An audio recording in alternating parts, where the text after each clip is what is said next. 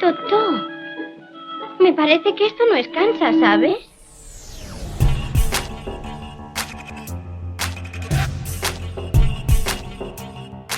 Bienvenidos a BRMU Podcast.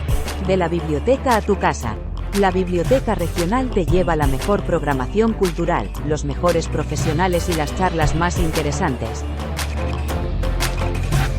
Disfruta del episodio.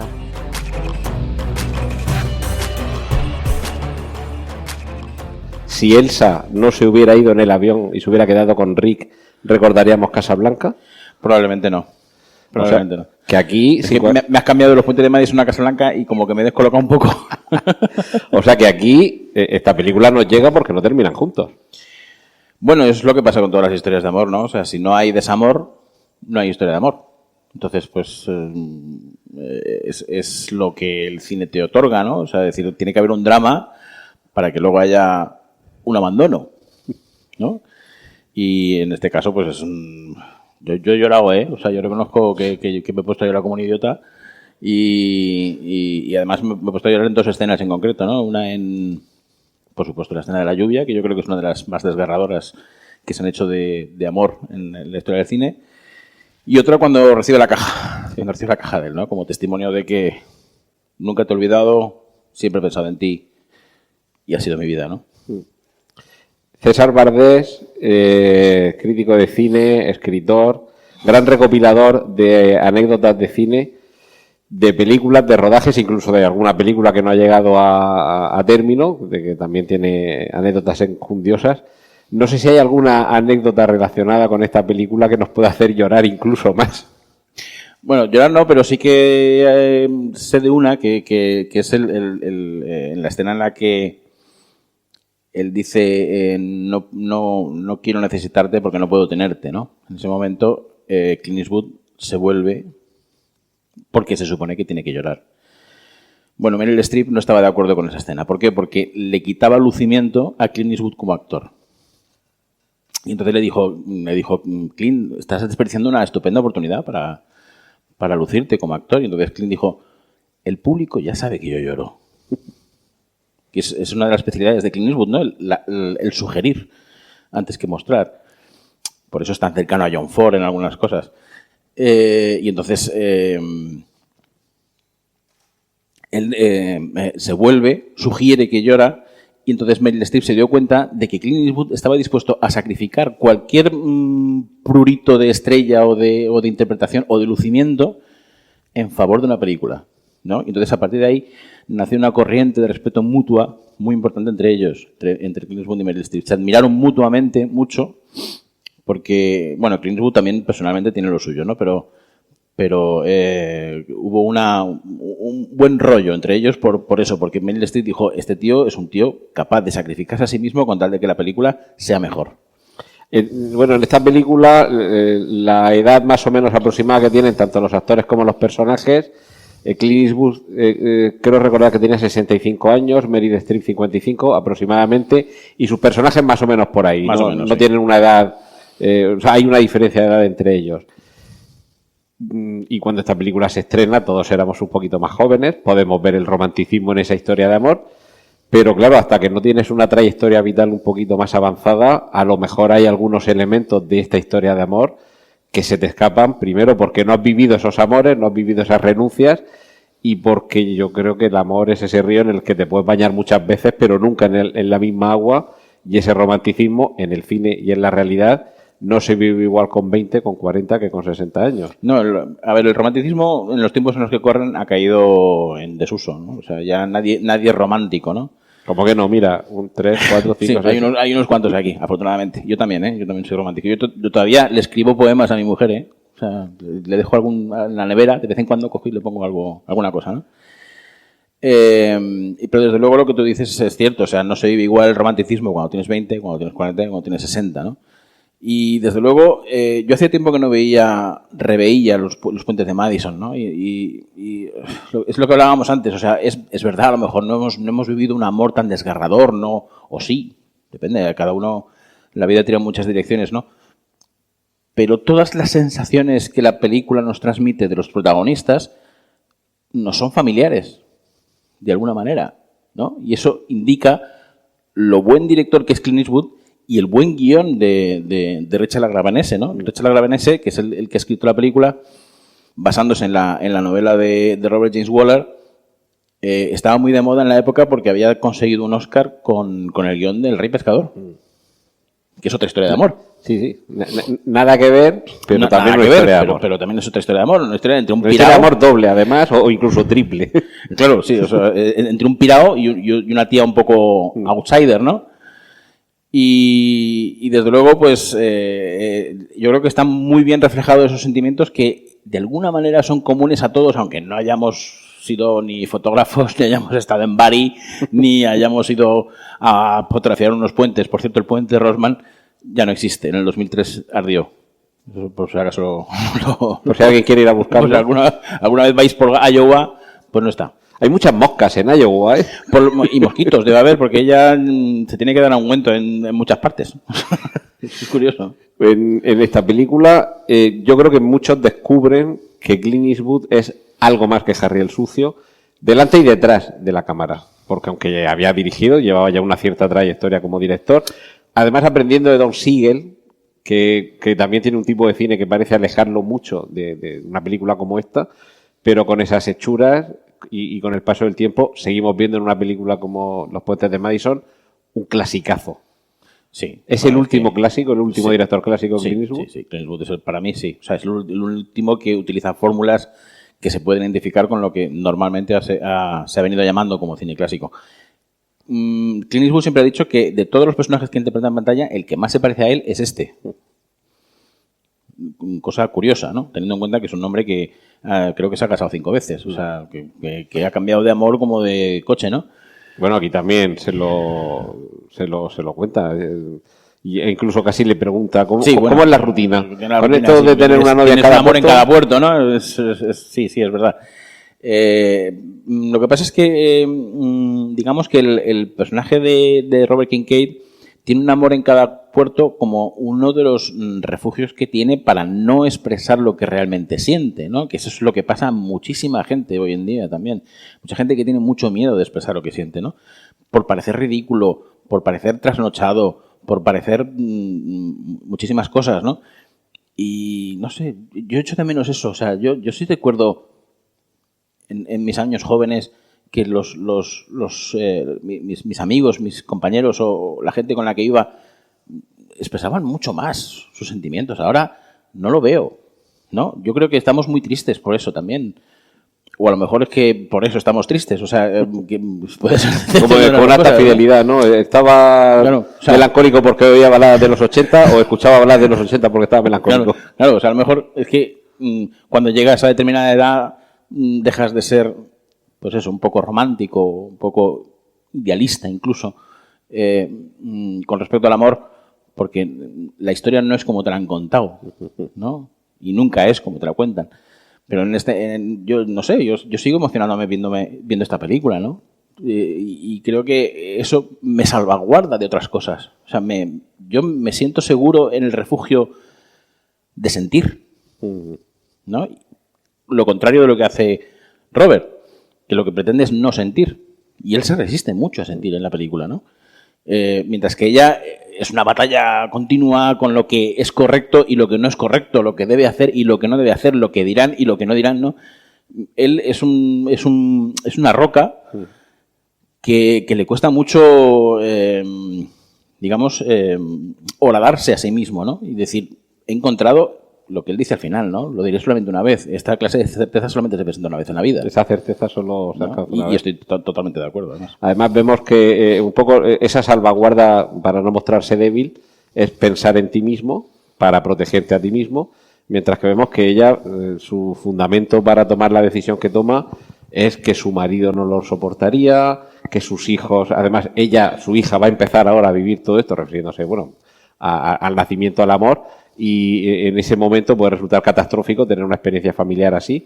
Ese contraste entre él es así porque solo piensa en sí mismo y ella es así porque sí que es capaz de pensar en los demás, claro, de alcanzar ese sacrificio. Sí, y lo que ella hace también es muy noble. O sea, ella se queda porque el marido en realidad no es un mal hombre. Es limpio. Es limpio, sí. Y además él dice, es tal cual. y además es limpio, ¿no? O sea, él dice, y además limpio, ¿no? O sea, lo primero que se te viene a la cabeza para definirlo es que es un tío limpio. O sea, ¿Cómo tiene que ser de limpio? ¿Cómo tiene que ser, no? Y por otro lado, yo creo que, no sé, hay muchísimas cosas que ocurren entre ellos en la película que son tan sugeridas, tan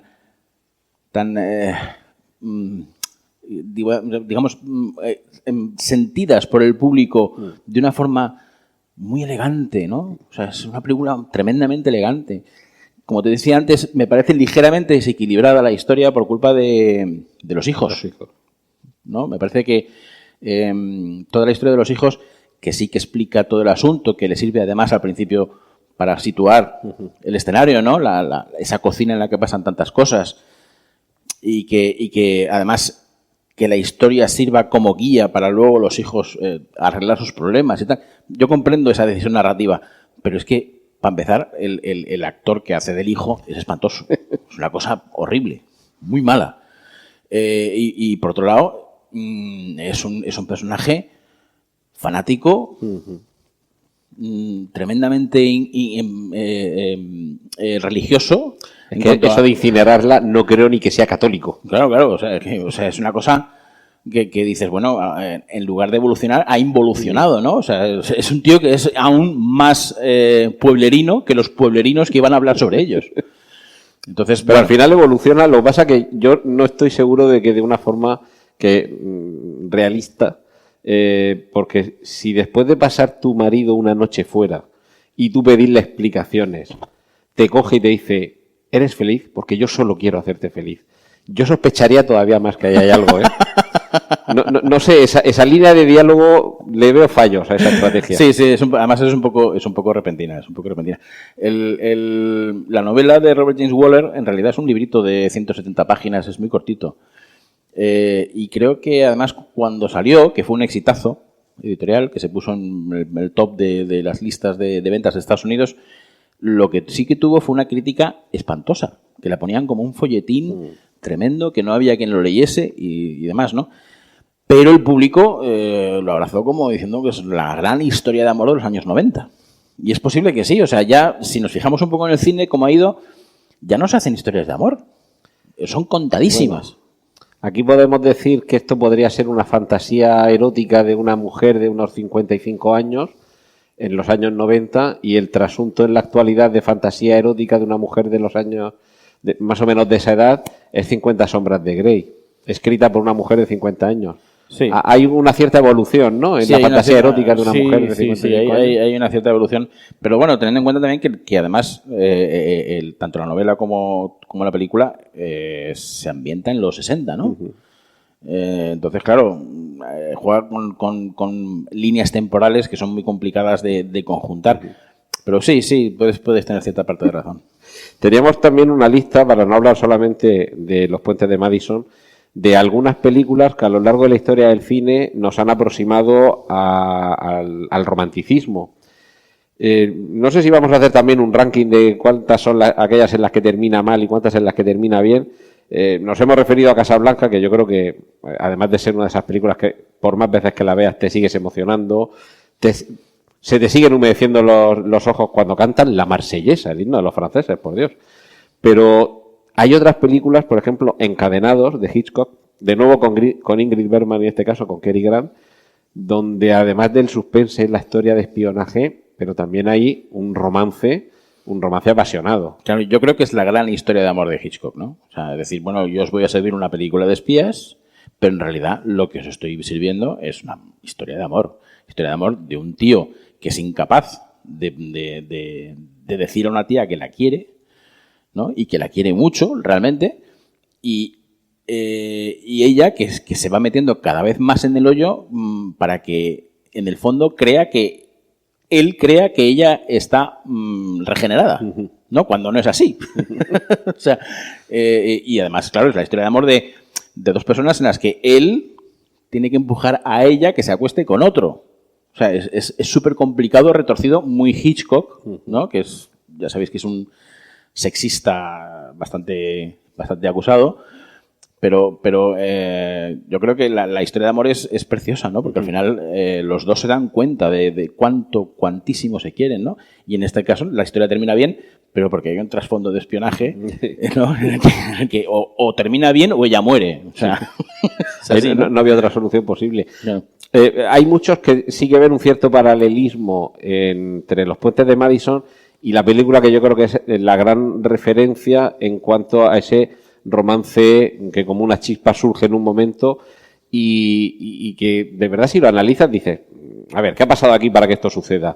Me refiero a Breve Encuentro, la película que se basa en la obra de Noel Howard, que llega a la gran pantalla y que yo creo que es un poco el paradigma de esas dos personas que se encuentran en dos momentos de su vida y que les cuesta abandonar su propia vida hasta llegar a ese punto de... Yo es que creo que todas las historias de amor desde Breve Encuentro son Breve Encuentro, ¿no? O sea, son variaciones sobre el mismo tema, pero siempre es Breve Encuentro, ¿no? O sea, de ahí parte todo, vamos, de ahí parte hasta el apartamento. Efectivamente. De eso además también habrá muchas anécdotas, pero la base es que Billy Wilder dice... ¿Qué pasará por la cabeza de este señor que les presta la llave de ese apartamento para que tengan ese breve tengan el encuentro amoroso? Claro, pues o sea, es una película que parte con todo. También hay una anécdota en Breve Encuentro de que se rodó en plena guerra, o sea, estaban en guerra y entonces no se podía tener las luces encendidas en Londres, acosada por los bombardeos, más allá de las 6 de la tarde. Entonces David Lean no podía trabajar así. Muchas de las escenas están en la estación por la noche. Entonces se mudaron a una estación que estaba muy al norte de Inglaterra, con un frío de aquellos que te cortaba el tris. Y entonces rodaron a partir de las 6 de la noche y además Celia Johnson decía que lo que más recordaba del rodaje era lo calentito que se estaba en la garita del señor revisor, ¿no?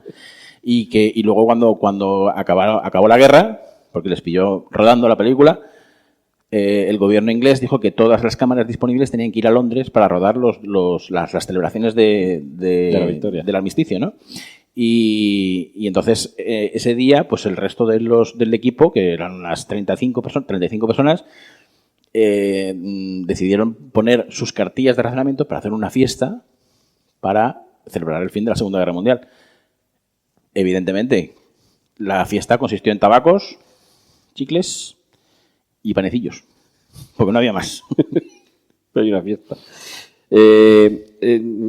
Hablando para elaborar una lista de películas de las que podíamos hablar, hay una que me llamaba la atención, César, que citaste, El fantasma y la señora Muir, Joseph Mankiewicz y bueno, Jean Tierney, seguramente una de las actrices más bellas que ha habido nunca en la historia del cine.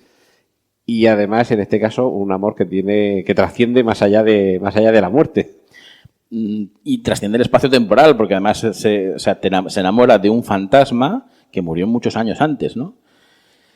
Y es que el amor en realidad pues lo puede todo, ¿no? Yo creo que sí. O sea, yo creo que sí que el amor lo puede todo. Aunque sea de espíritu, ¿no? Pero lo puede. Que el hecho de que el cine nos lo sirva todo masticadito y posible, bueno, es que esa es la función del cine, ¿no? Pero la función de cada uno de nosotros también es intentar que una memoria no se pierda, y eso es amor. Que un recuerdo perdure, y eso también es amor.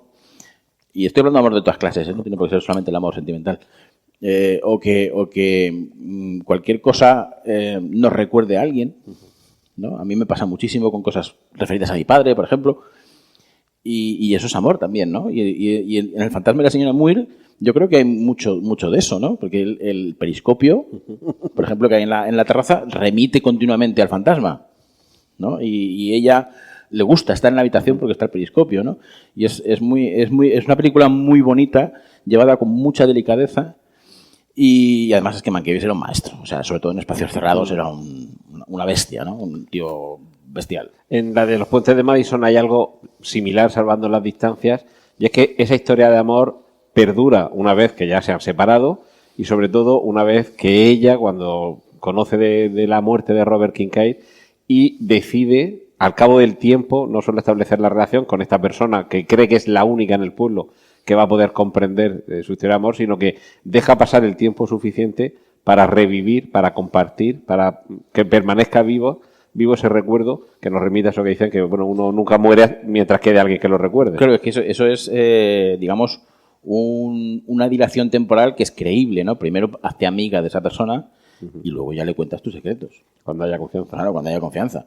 A mí me parece que eso es algo inteligente en el guión y a mí me parece muy bonito, ¿no? Que ella pueda de alguna manera contarle a alguien, ¿no? A lo mejor, no sé quién dijo, algún escritor dijo por ahí que el amor no vivía hasta que no se contaba, ¿no? Uh-huh.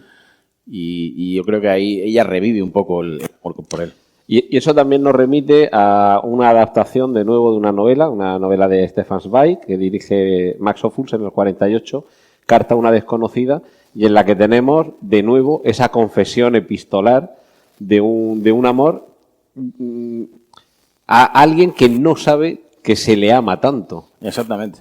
¿Eso cuántas veces habrá pasado, no? Que no te enteras y al cabo de los años a lo mejor yo estaba enamorado de ti en el colegio. Claro. ¿Y por qué no me lo dijiste nunca? Sí, efectivamente. O sea, a mí me ha pasado en la época en la que he sido profesor, porque yo he tenido que dar clase durante unos cuantos años, me ha pasado con muchas alumnas. O sea, das la clase, las alumnas se gradúan, se van, tal, y pasan 15 años y te vienen, te encuentras con ella y dices, oye, que yo estaba enamoradísima de ti. Y dices, pero bueno. Habérmelo dicho, ¿no? Yo qué sé. Como el chiste, ¿no? Padre, que estoy enamorado del cura de la parroquia al lado. Claro. Tu parroquia es esta. Claro, pero yo, o sea, yo habérmelo dicho no para aprovecharme, sino para guardar las debidas distancias y que no pasara nada. Claro, que a lo mejor dije alguna cosa inoportuna, yo qué sé.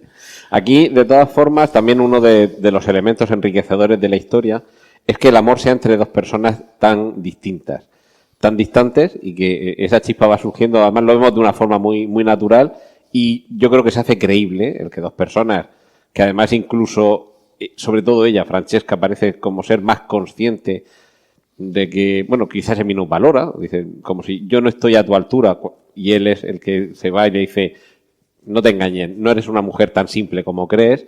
Pero yo creo que eso constituye también la base de muchas películas en las que aparentemente se busca esa desigualdad.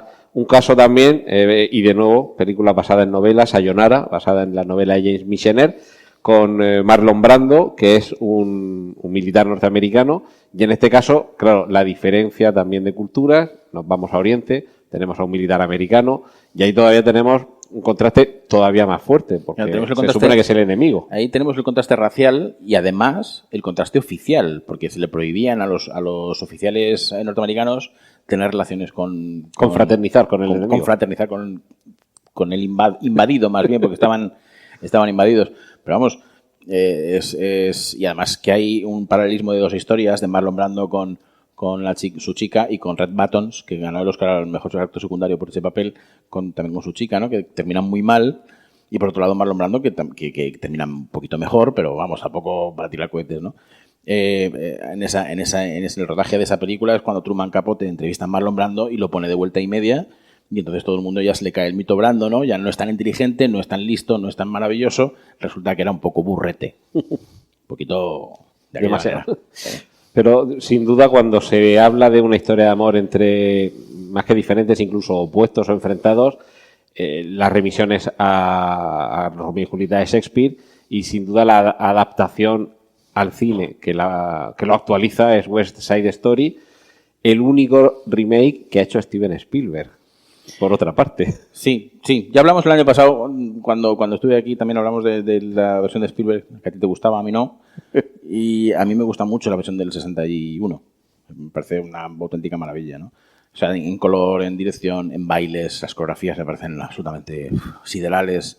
En interpretación. También hay otra anécdota muy curiosa, en la que en el día del estreno de West Side Story, en el hall coincidieron Richard Beymer, que era el actor que hacía de Tony, y Russ Tamblyn, que era el actor que hacía de Riff, el amigo de Tony, ¿no?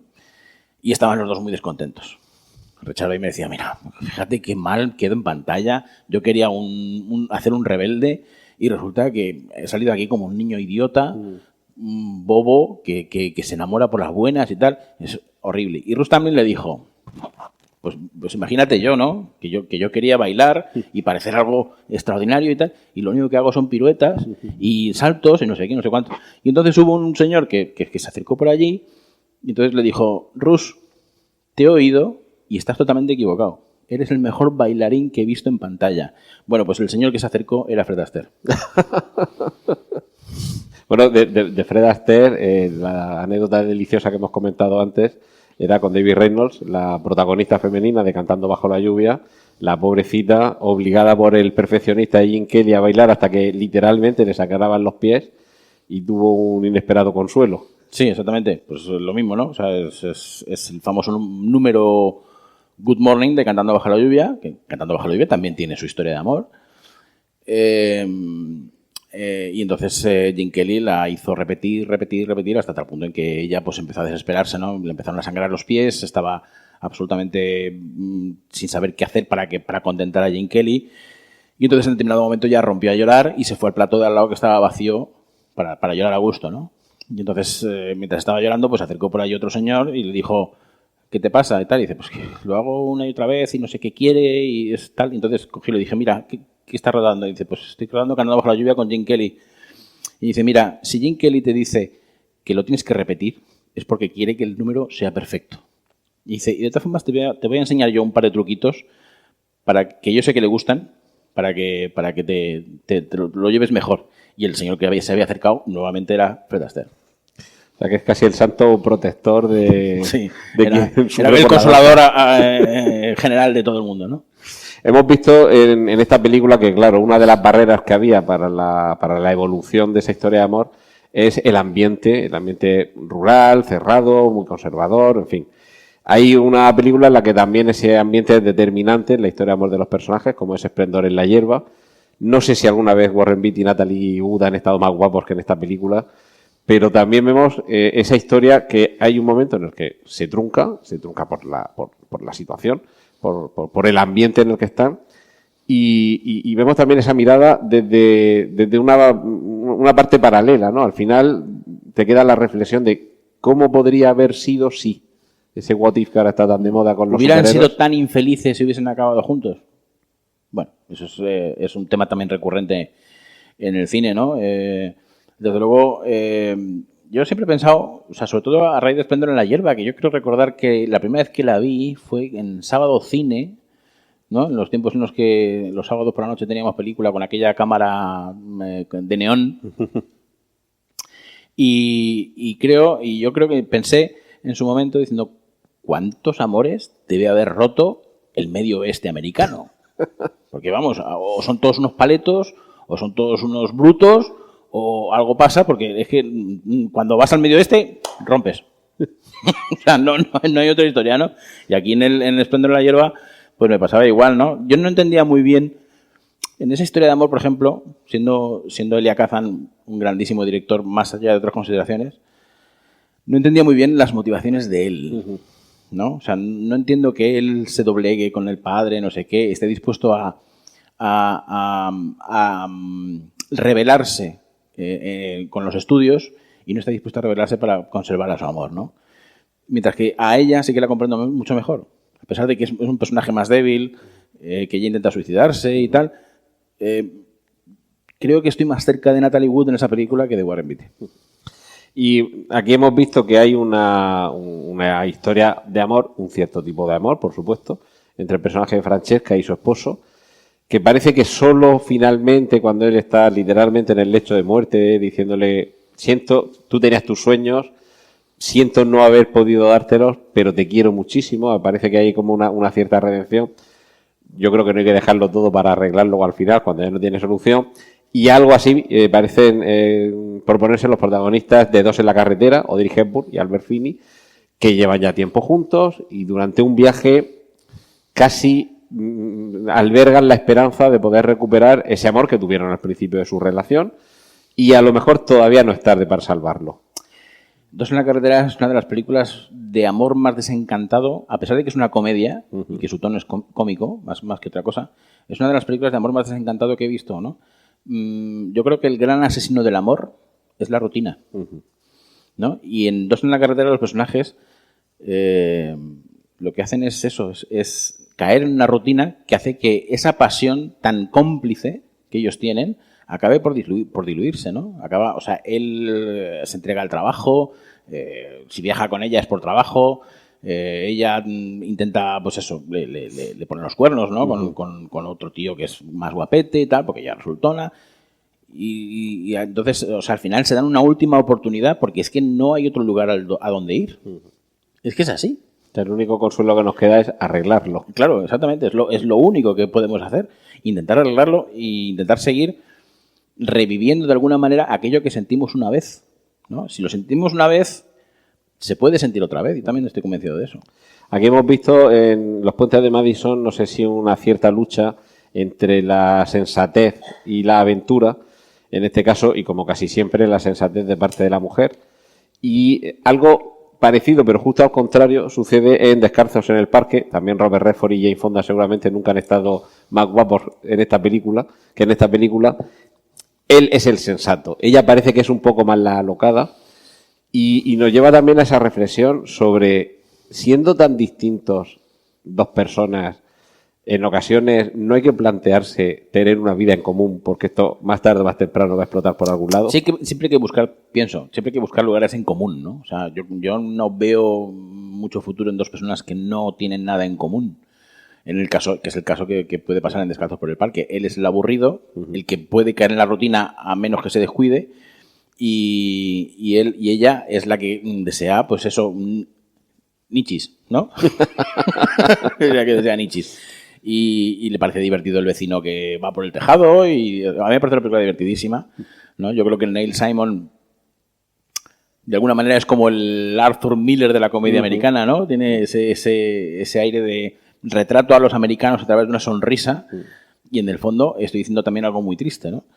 El personaje de la madre me parece maravilloso, ¿no? O sea, creo que no me he reído tanto en mi vida como cuando Robert Redford aparece con la madre después de subir 5 pisos en brazos. O sea, es que me parto. O sea, y lo veo 20 veces y me sigo partiendo en la misma escena, ¿no? Le veo que llega como desaforado para llevarla al sofá, y me parece una película encantadora, ¿no? Cualquier cosa de Neil Simon siempre tiene algún toque que dices, este tío era muy inteligente. Y Robert Redford demuestra que es un gran actor de comedia, al que se le ha sacado poco partido en ese género. Yo creo que, porque el listado lo he ido ordenando de forma cronológica por estrenos, Descalzos en el parque del 67, y en el 70 yo creo que llega el paradigma de historia de amor en el cine, y por tanto el paradigma del exceso de edulcorante, con frases como: amar es no tener que decir nunca lo siento. Es la mayor tontería que he oído en mi vida. Love Story. Precisamente yo creo que es todo lo contrario, ¿no? Claro, es que amar lo que significa es decir continuamente lo siento, ¿no? Tuvo muchísimo éxito. Yo recuerdo que todo el mundo decía, ¿has visto Love Story y tal? Ya de momento, como a mí me gustaba mucho de pequeñito, porque pues estoy hablando del año 72, 73, ya habían estrenado Love Story y tal. Me gustaba mucho de pequeñito, las bandas sonoras, me regalaron la banda sonora de Love Story y me pareció la más azucarada conjunción de notas del mundo, vamos, o sea, qué horror, ¿no? Me pareció espantosa. Y luego cuando vi la película, sinceramente es una película que a mí no me dice nada, ¿no? O sea, pues bueno, es producto de una época, con dos protagonistas muy de la época, basándose en un bestseller de Eric Segal, que luego tuvo una continuación bastante regular que se llama Historia de Oliver. Claro, porque ella ya no podía. No, claro, ella ya no tenía historia. Y además creo que hubo muchísimos problemas a la hora de rodarla, porque se rodó en la Universidad de Harvard, y querían que hubiese nieve, y entonces fabricaron nieve artificial, se estaban jorobando todo el campus, los del Harvard dijeron que se fueran a rodar a otra parte, ellos cogieron y dijeron que no, se quedaron, bueno, al final hubo que talar hasta árboles porque los habían fastidiado con la nieve artificial. La nieve artificial. También muy hija de esa época, y también con Robert Redford, es Tal como éramos, también basada en una novela de Arthur Lawrence, y Sidney Pollack aquí yo creo que extrae seguramente lo mejor de Barbra Streisand, que a mí particularmente no es que me parezca una grandísima actriz, tampoco soy muy fan de su música, pero resulta bastante bien en pantalla.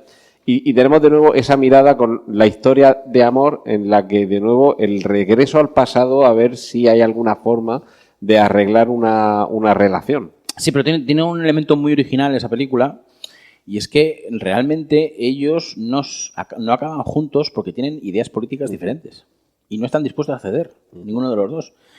En realidad, muchos han hablado de dónde sale la historia y tal. La historia sale del guionista Arthur Lawrence, que también fue guionista de West Side Story, que quiso poner en clave, digamos, universal su historia de amor con el actor Farley Granger. Farley Granger fue el protagonista de Extraños en un tren o de La soga con Hitchcock. Bueno, pues vivieron mucho tiempo juntos y parece ser que Farley Granger pues era un señor que tiraba hacia la derecha y Arthur Lawrence tiraba hacia la izquierda. Y entonces, con eso, dijo, bueno, voy a cambiar esta historia de amor homosexual, la voy a cambiar a amor heterosexual para que llegue a todo el mundo y todo el mundo lo entienda. Y lo voy a ambientar en la época del macartismo porque Arthur Lawrence fue uno de los acusados del macartismo, ¿no? Y le sale esta historia. Es una historia muy original, ¿eh? O sea, dentro de que sí que tiene algo de azúcar, que Pollack a veces recarga un poquito las tintas, me parece muy original y muy, muy interesante, tal como éramos. Y volviendo al tema de la diferencia entre el amor o el romanticismo en la juventud y en la etapa de madurez, llega el momento de hablar de Robin y Marian, la deliciosa película de Richard Lester, con unos Sean Connery y Audrey Hepburn para llevárselos a casa. Yo lloro. Con Robin y Marian vuelvo a llorar. Robin cogiendo el arco, donde caiga la flecha, John, entiérranos y déjanos allí, ¿no? O sea, es... Y de nuevo ese personaje aventurero, alocado, que no llegamos a pensar que tiene una novia en cada puerto, pero es un poco un esquema similar a este. Él es el que corre mundo, él es el que ha ido a Tierra Santa o ha ido a donde sea a hacer batallas, pero ella es la que se queda, ella es la que se guarda la granja, guarda el castillo. Claro, es un culo de mal asiento, él, ¿no? Entonces, eso es lo que le pierde. O sea, él lo que quiere es guerrear, irse de batalla, conquistar, resistirse al rey, yo qué sé, acción, adrenalina. Es un adicto a la adrenalina, ¿no? Lo que quiere es eso, seguir sintiendo adrenalina, y lo malo es que la película lo refleja muy bien. Por cierto, está rodada en España, en Artajona, que yo he estado en Artajona varias veces y es alucinante el trabajo que hace Gil Parrondo con los decorados.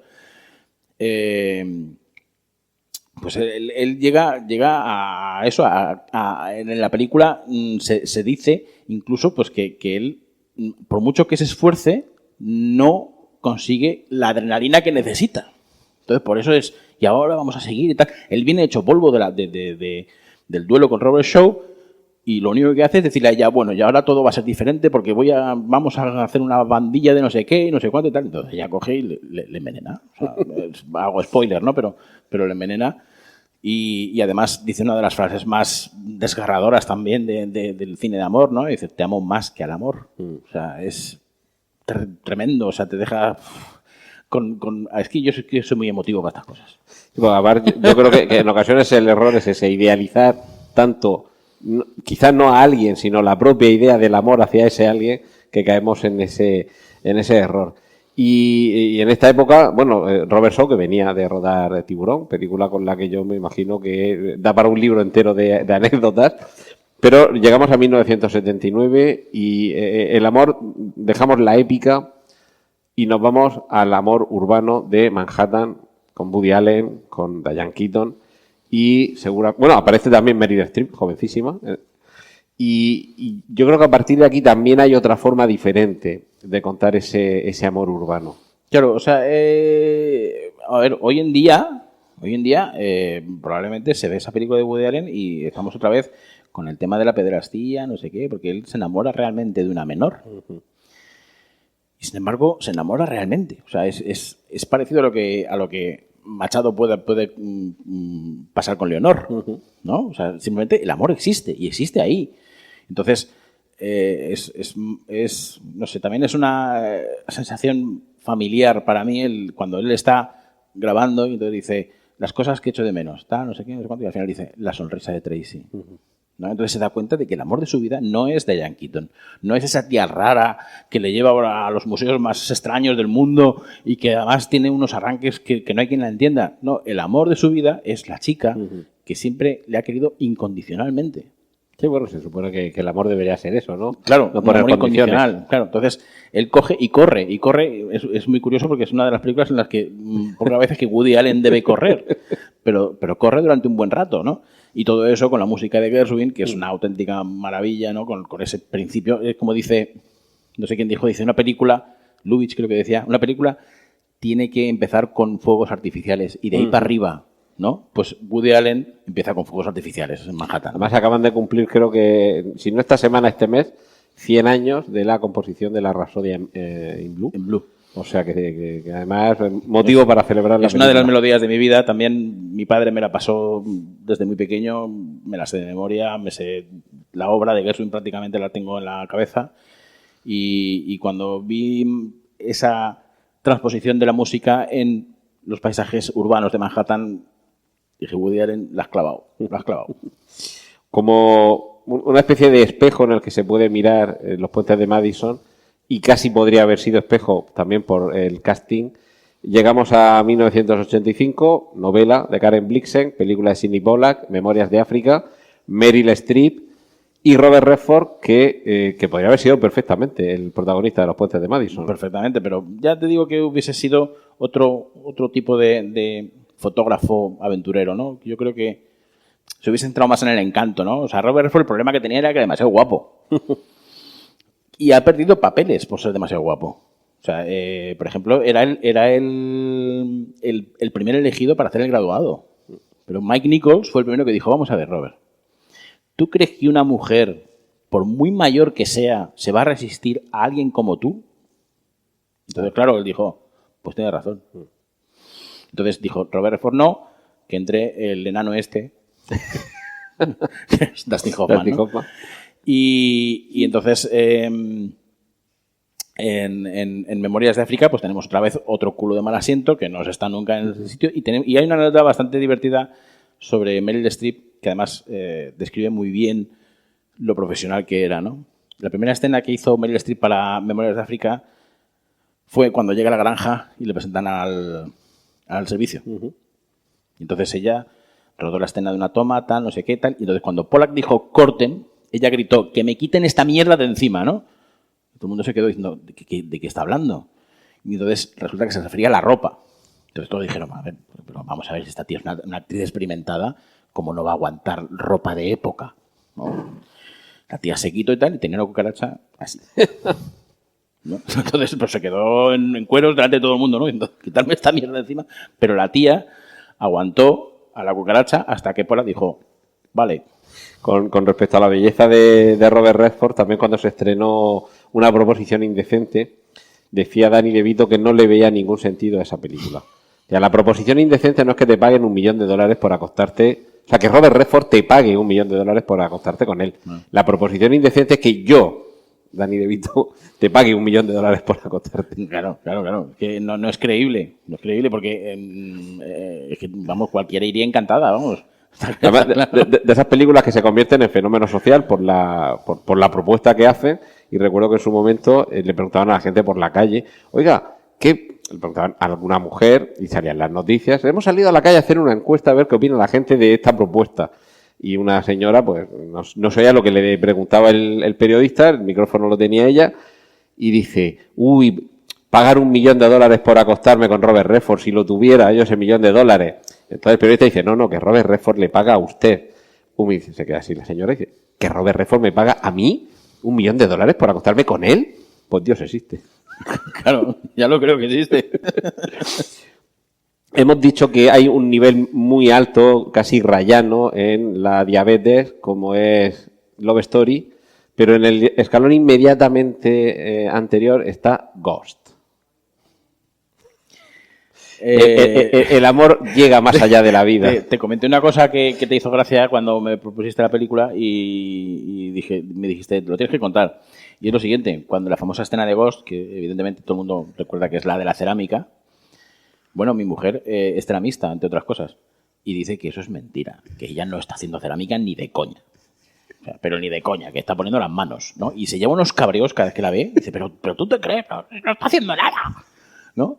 Pues es que lo que hace el cine, ¿no? Dice, te provoca una situación ideal para hacer que la pasión sea, pues esa otra pasión más allá de la muerte, ¿no? Estamos con el fantasma y la señora Muir, pero más edulcorado y con la música de la Ancient Melody de Alex North, que es un famoso compositor de bandas sonoras para película, ¿no? Es el compositor, por ejemplo, de Alex North es Espartaco. al que no le pusieron la banda sonora en 2001. Exactamente.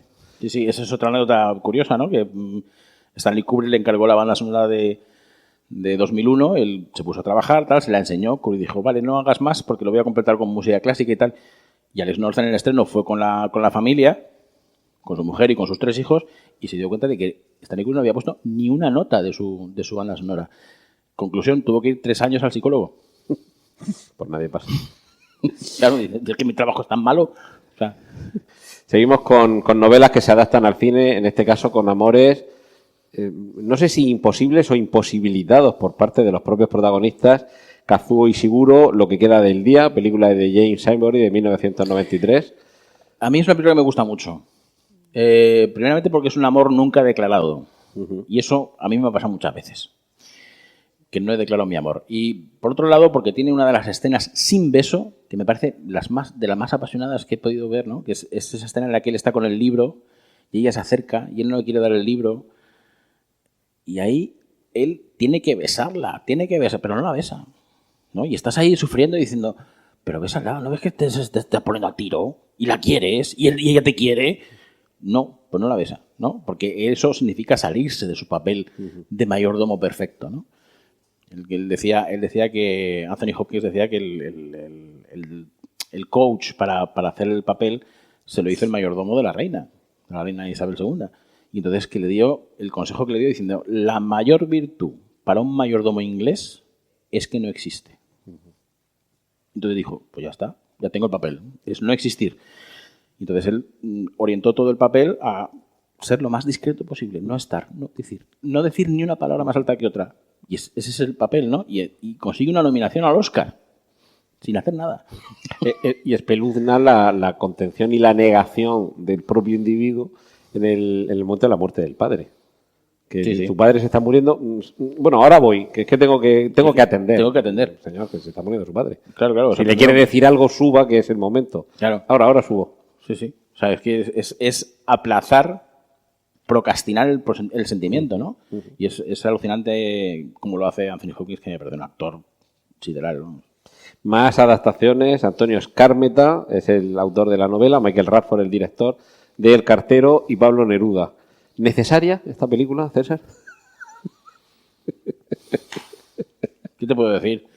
Las películas siempre son necesarias. Yo soy partidario de eso, ¿no? Siempre son necesarias. Ahora, tampoco es que me dijera mucho cuando la vi. O sea, me encanta Neruda, me gustan los 20 poemas de amor y la canción desesperada. Pues es uno de los libros que, digamos, despierta mi romanticismo apasionado en mis años de adolescencia, ¿no? Y lo vi una especie como de Cyrano, ¿no? Un poquito con fotografía italiana, o sea, una cosa un poco rara. Y yo creo que la película tuvo sobre todo el éxito porque el actor que hacía el papel del cartero, Massimo Troisi, estaba en trance de muerte. Sí. Estaba ya muy enfermo y se iba a morir. De hecho, yo creo que falleció incluso antes del estreno. Antes del estreno, sí. No, o sea, no llegó a verla. Entre que terminó la película y el estreno se murió. Y Philippe Noiret, es que no hay papel que lo haga mal. O sea, aparte es que se parece un poquito. Se parece ligeramente, sí, de lejos. Tiene una línea y dice, ostras, este es Pablo Neruda. Por otro lado, voy a contar un secreto. Pablo Neruda, yo le he oído recitando poemas y mejor que se calle, ¿eh? Sí. Porque es espantoso. Sí. Espantoso recitando poemas. O sea, yo recito mejor que él y luego lo vais a ver. Yo creo que la película, el único valor que le confiero es esa frase de defensa del utilitarismo. Cuando Pablo Neruda le echa en cara al cartero que se está haciendo pasar sus poesías, las poesías de Pablo Neruda, como si las hubiera escrito el cartero, y con una despreocupación total, Massimo Troisi dice, es que la poesía no es de quien la escribe, es de quien la necesita. Claro, y es verdad. O sea, es también lo que se dice del cine, ¿no? La mayor parte de las sensaciones que desprende el cine no las da la película, las da el que la ve. Y eso es verdad. Hay una película que yo la he incluido aquí en la lista, El efecto mariposa, La americana, del año 2004, porque hay una película española con el mismo título, protagonizada por Coquemaya.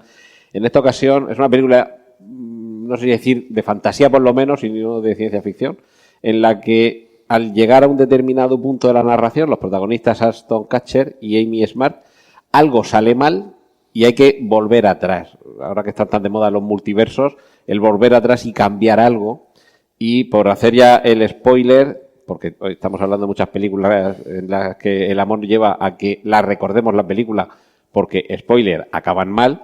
Aquí también acaba mal en el sentido de que para que sigan vivos ambos, para que nadie más resulte dañado, sus caminos tienen que separarse.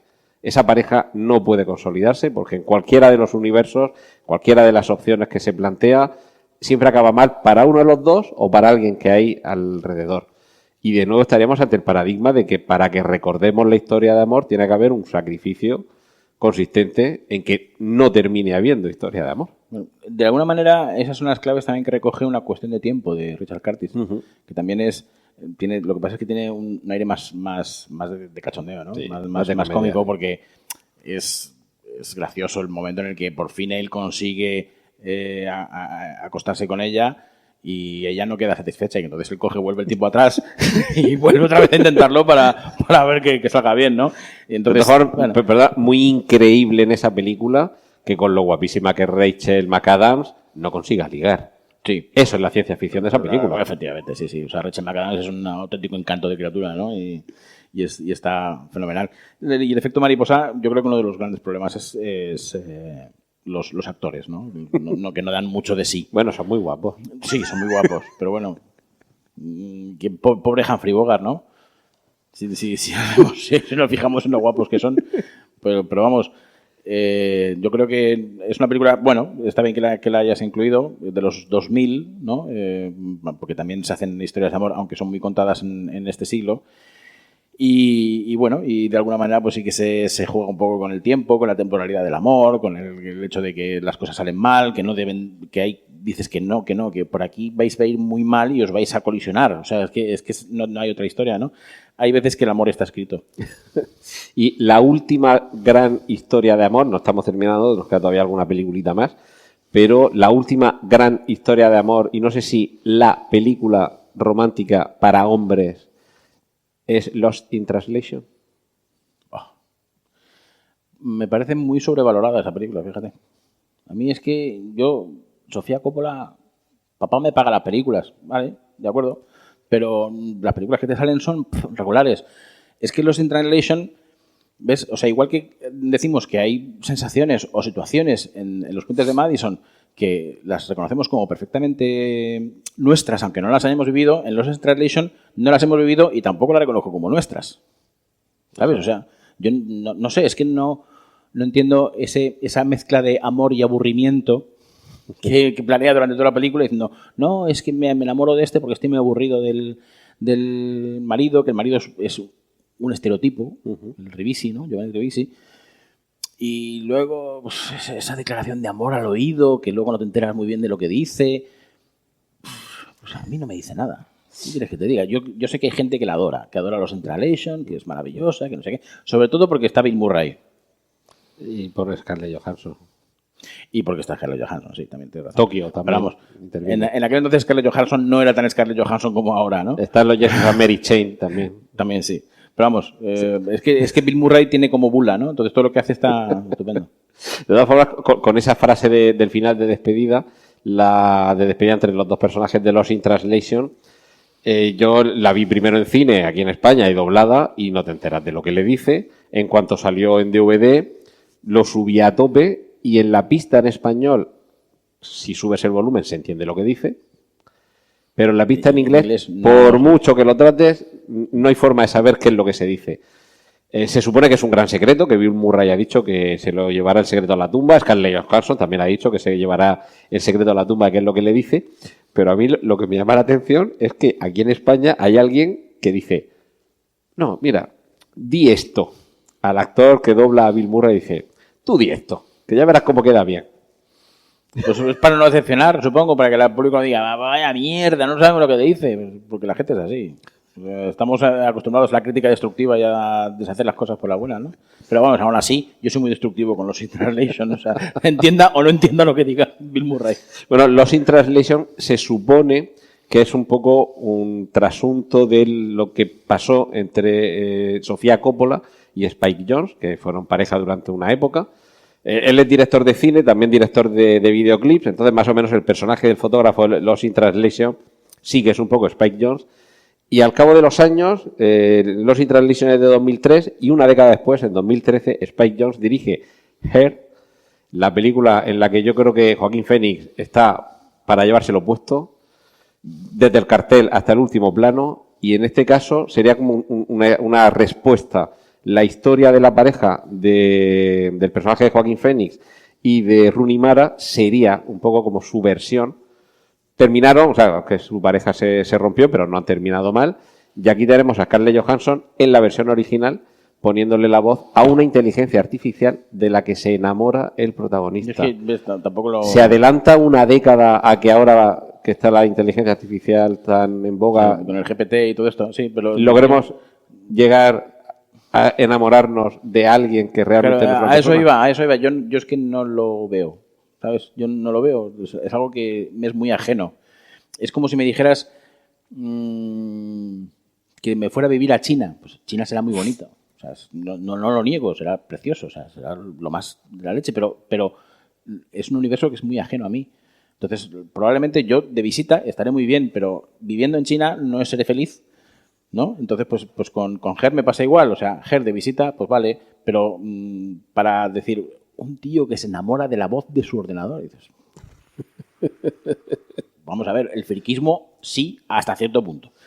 Luego ya empieza pero esto es como el chiste del psicólogo que le enseñaba los dibujos al niño y luego se los enseñaba al padre y decía, hombre, es que usted también los dibujos que le enseña al muchacho, es que no se enamora de la voz, se enamora de lo que le dice y de cómo se lo dice, sí, bueno, y de lo que comparte. Lo dice porque es la voz de Scarlett Johansson, ¿eh? No ponen la voz de cualquier otra, ponen la voz de Scarlett Johansson. O sea, si fuera la voz de cualquier otra, incluso hasta tendría un pase, pero no. O sea, es que el tío se enamora, pero se enamora... No, te enamoras, o sea, ¿te imaginas enamorarte de una inteligencia artificial en español con la voz, no sé, de Gracita Morales, de Lola Gaos? Pues estaría una comedia muy graciosa. Pues sería una comedia muy graciosa. Estamos aquí regalando ideas. Vamos, vamos. Y una de las últimas grandes historias de amor, y además musical, y además con los dos actores también guapísimos y para llevárselos, y para salir enamorados.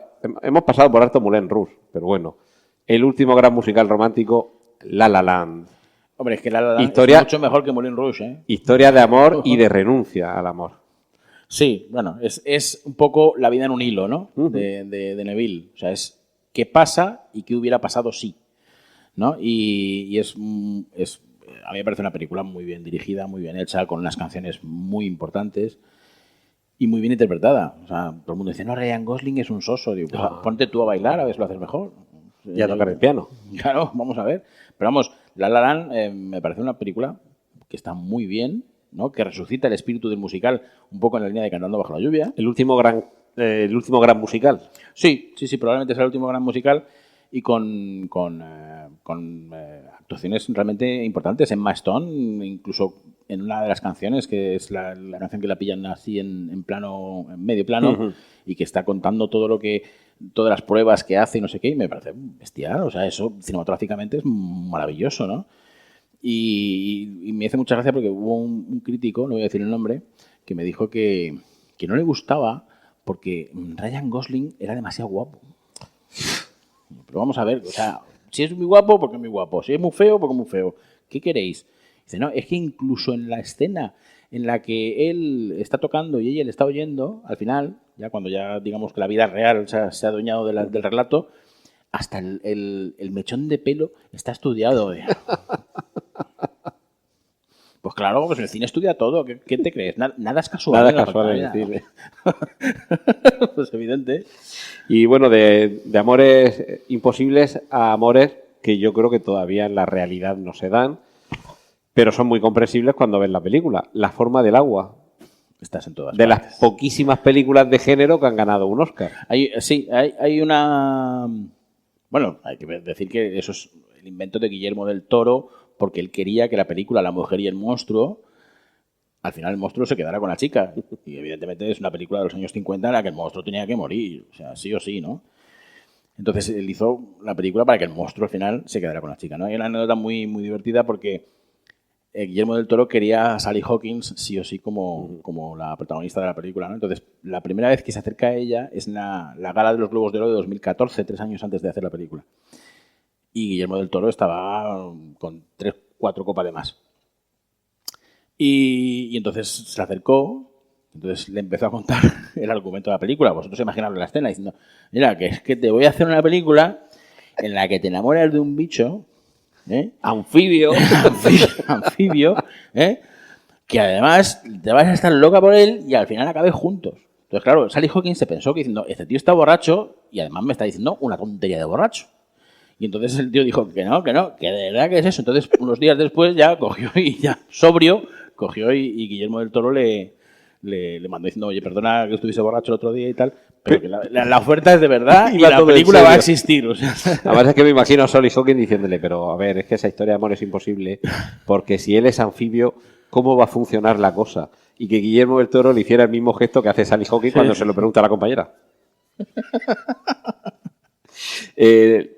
Ese es uno de los casos en los que, a pesar de ser tan distinto uno de los parteners, porque para empezar no es humano, tú terminas también empeñado en que esa historia de amor puede funcionar porque ves que hay amor de verdad, cosa que tú no has visto en Her, pero está, ya te lo digo yo. No, o sea, tampoco la veo, evidentemente, pero de alguna manera sí que me puedo compadecer del personaje de ella, cosa que no me pasa en Her. De él no me compadezco. Te compadeces en el otro sentido. Exactamente. O sea, me compadezco en el sentido de ella de que ella es una outsider, es una tía que le cuesta mucho adaptarse a la sociedad. Y entonces encuentra su vía de escape en otro ser que de ninguna de las maneras va a cuadrar con la sociedad, ¿no? Y me parece, por lo menos, una idea interesante, ¿no? Y aparte que el final me parece precioso, ¿no? Ese baile que hacen en el agua, ¿no? Con esa frase de estás en todas partes, ¿no? También se me cae me emociona, cosa que yo creo que es la condición indispensable de cualquier historia de amor que se precie, que en Her no me emociona en ningún momento. Tienes que verla más veces. Esto es como la tónica, que la has probado poco. Hay un elemento en la forma del agua que es eminentemente Lovecraftiano. Uno de los temas habituales de Howard Phillips Lovecraft tiene que ver con las criaturas anfibias y que pululan en nuestro mundo. Y en algunos de sus relatos hay un protagonista que incluso en primera persona te está contando cómo indaga sobre su pasado y termina descubriendo o bien poblaciones con seres anfibios o él mismo descubriendo que procede un poco de esa estirpe, convirtiéndose a sí mismo o dejando evolucionar a su cuerpo para convertirse en anfibio y perdiéndose en el mar. Pero siempre siempre es una tragedia cuando eso sucede. Y en este caso no. Guillermo del Toro, que es tan amante de Lovecraft, que uno de sus proyectos soñados es la adaptación de Las montañas de la locura, que cuando vio Prometheus dijo, pues como dice el chiste, ya capullos, y aquí dice, eso se puede emplear para el bien. Que alguien se integre con estos seres anfibios puede terminar bien. Puede haber un final perfecto y a pesar de que hoy he mantenido bastante la tesis de que recordamos las películas románticas porque terminan mal, esta termina bien y la recordamos. Y la Academia de Hollywood lo premia. Sí. Aunque ha caído un poco en olvido, ¿eh? O sea, desde que se habló mucho en el momento de su estreno y con el premio y tal, y últimamente no se nombra mucho La forma del agua, entre otras cosas porque de un tiempo a esta parte todas las películas que ganan el Oscar a la mejor película están siendo olvidadas muy rápidamente. Sí. ¿No? O sea, ¿quién se acuerda de la película que ganó La La Land?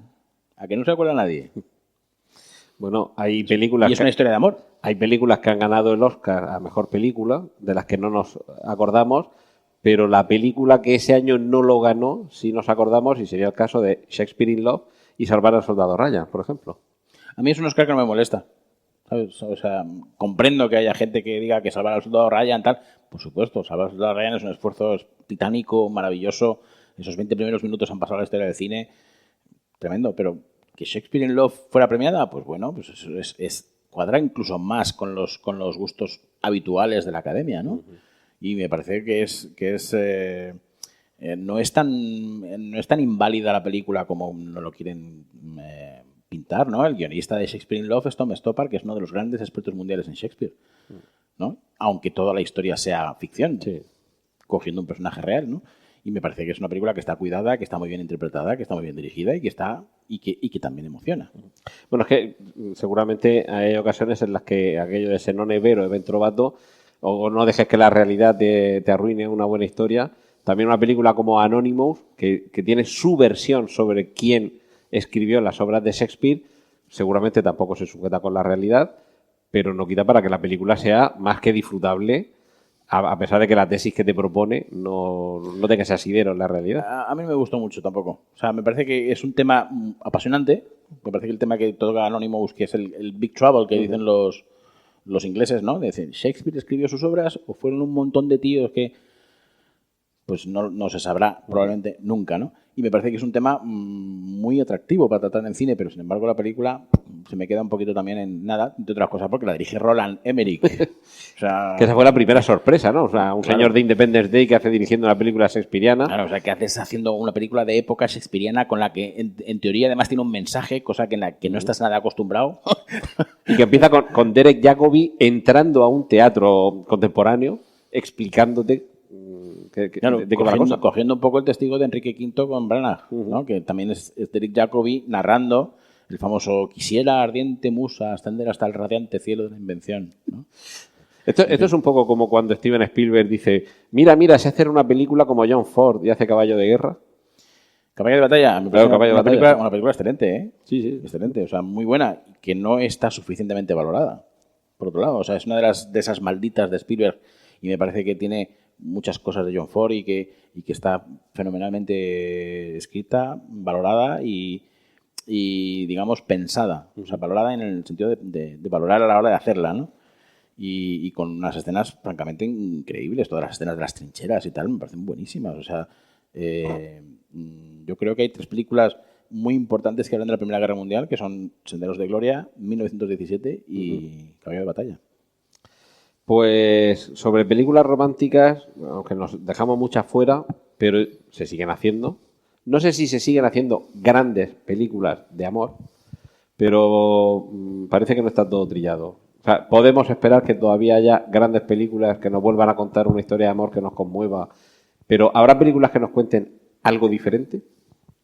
¿O ya está Es que todo es contado? difícil, es difícil porque, claro, el amor es un tema siempre que es lo mismo, ¿no? Es 2 personas, se conocen, hay algo que les impide amarse, al final acaban o bien separadas o bien muertas. Entonces... O lo que es peor, acaban juntas. Sí, o incluso acaban juntas y encima sale mal que acaben juntas, ¿no? Es que yo creo que también el hecho de que ya van quedando pocos directores realmente capaces de llevar adelante una historia de amor con interés. El gran director moderno que ha hecho historias de amor y que siempre ha dado en el clavo casi ha sido Sidney Pollack, ¿no? Pero Pollack ya no está, o sea, y no hay nadie que haya cogido ese testigo, ¿no? De decir, bueno, pues voy a hacer películas de amor, con amor y para el amor, ¿no? Que es lo que hacía Pollack. Otros antes, muchos antes que él, ¿no? Pero vamos, en cualquier caso, yo creo que es que lo que falta es habilidad narrativa para hacer historias de amor, ¿no? Y no hay talento para eso. O sea, no hay historias de amor que dices, joder, esto es tan bonito. Me hace sentir tan bien, aunque acabe mal, como es el caso de Los Fuentes de Madison, ¿no? Que dices, pues mejor, si no tienes nada que contar, mejor que no lo cuentes. Y nos va a conmover más una historia de amor que si la analizáramos en serio nos resultaría muy difícil creernos que eso pudiera suceder en la realidad. El caso de Casablanca o el caso de esta película, de Los Puentes de Pues Madison. es que hay, claro, si lo supieran, probablemente me dedicaría al cine. Pero no lo soy. No, es como decía Kurosawa, dice, si supiera lo que tengo que decir, no haría una película, ¿no? Entonces, yo creo que es muy importante lo que dice el maestro, ¿no? Y no hay maestros de esa talla, o sea, no son capaces de coger y decir, bueno, voy a imaginar una historia de amor diferente, por ejemplo, no lo sé, o sea, si de pronto se podría ocurrir la historia de amor entre, lo que sé, un chino y una negra, por ejemplo. Esto no se ha hecho en el cine, ¿no? Diferencias raciales, diferencia de culturas, a uno le gusta el jazz y al otro le gusta la música clásica. La gente lo ve mal, lo ve bien. Ahora lo que el cine está tendiendo. Hay una película reciente que recomiendo que veáis porque es absolutamente delicada y una auténtica maravilla. A ver si es la que te iba a decir. Que se llama Vidas Pasadas, No. que es coreana y es alucinante porque es una historia de amor que no existe. No digo más. A partir de ahí pasan muchas cosas, ¿no? Y me pareció de una delicadeza y una elegancia y de una tensión pasional que maravillosa. Por otro lado, hay otra historia de amor reciente que es ya otro estilo absolutamente distinto, que es Fallen Leaves de Aki Kaurismäki, que es cine finlandés, pero que es que ya es, pues eso, es el amor nórdico, frío, que no expresan nada, desapasionado. ¿no? O sea, me dijeron de forma muy acertada que el cine de Kaurismäki es como ese señor que va al bar a emborracharse, ¿no? Y está 7 horas bebiendo. Y luego, cuando ya termina, se levanta de la barra y dice: adiós, buenas noches. Y el de al lado dice: oiga, que yo he venido aquí a emborracharme, no a dar cháchara. ¿No? Pues Kaurismäki es así, ¿no? Es ese tipo de humor. Y entonces Fallen Leaves va un poco en esa dirección, ¿no? Los europeos ahora están haciendo historias de amor, cosa que no hacían antes. Truffaut hizo alguna, Visconti también, pero claro, eran maestros. Y ahora, pues no hay maestros, pero están haciendo historias de amor. Bueno, pues... Yo es que te iba a decir si a lo mejor ya lo que quedaba era buscar historias de otro tipo de amor, tan distinto al amor romántico, y me iba a referir a Robot Dreams, la película de animación de Pablo Berger. No la he podido ver todavía. Es un Nueva York en los años 70-80, que sus habitantes son animales antropomorfizados, y hay uno de ellos que se siente solo y se compra un robot. Y monta el robot, pone el robot a funcionar, y hasta ahí dejo la historia. No de amor, o sea, no lo entiendan desde el punto de vista romántico, pero no sé si habría que empezar a indagar en otros tipos de amores. El amor que se puede sentir por alguien que es un amigo. O sea, salir del romanticismo, de la pareja, clásico, del sexo, exactamente. Y buscar esos otros tipos de amor. Los amigos de Peter, por ejemplo. Los amigos de Peter es otra maravilla, ¿no? Bueno, es una repetición un poco del reencuentro de Lawrence Kasdan, ¿no? De Big Chill, que es una maravilla de diseño de personajes. Si me voy a acordar de Glenn Close mirando la nevera un buen rato, en silencio, mirando de espaldas la cámara a la nevera, y llega Jeff Goldblum, se la queda mirando y diciendo: es lo que tienen nuestros aparatos, que luego nunca sabes lo que coger, ¿no? tiene muchísima gracia, ¿no? Y además hay muchas microhistorias de amor dentro de la historia. Como supongo que vas a terminar, sí, y esto es sobre el amor, yo voy a terminar con un poema. Porque como hemos visto en los puentes de Madison, ella está loca por Yeats. Además se ve en el libro, no se lee del todo, pero se ve que pone WB, más o menos intuye pone Yeats. Bueno, pues hay un poema que se recita en una película que yo he tenido la fortuna de que se me quedó, se me quedó en el momento en que lo vi, de aquellas cosas que se te quedan, no sé por qué, pero se te quedan, ¿no? Y lo vi en la película La Carta Final, ¿no? Con Anthony Hopkins y Anne Bancroft, que es una historia de amor epistolar. Son dos personajes que nunca se encuentran, pero intercambian amor por carta, ¿no? Entonces hay un momento en el que escribe un poema de Yeats a su chica que está al otro lado del océano, que es Anne Bancroft, ¿no? Y el poema dice así. Es muy cortito, no os voy a dar mucho el rollo, ¿eh? Si tuviera los mantos tejidos con el oro y la plata de la luz, los mantos de la oscuridad, de la luz y de la media luz, desplegaría los mantos a tus pies. Pero siendo pobre, no tengo más que mis sueños. He desplegado mis sueños a tus pies. Pisa con cuidado, porque pisas mis sueños. Bravo. Bravo por el poeta y por el declamante. Bueno, pues nos vamos a despedir, les agradecemos su asistencia y siendo 14 de febrero, corran a amarse. Muchas gracias.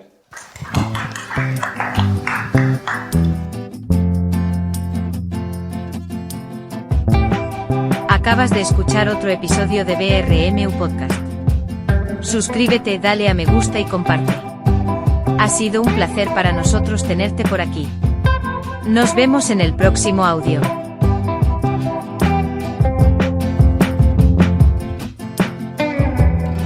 Presiento que este es el comienzo de una hermosa amistad.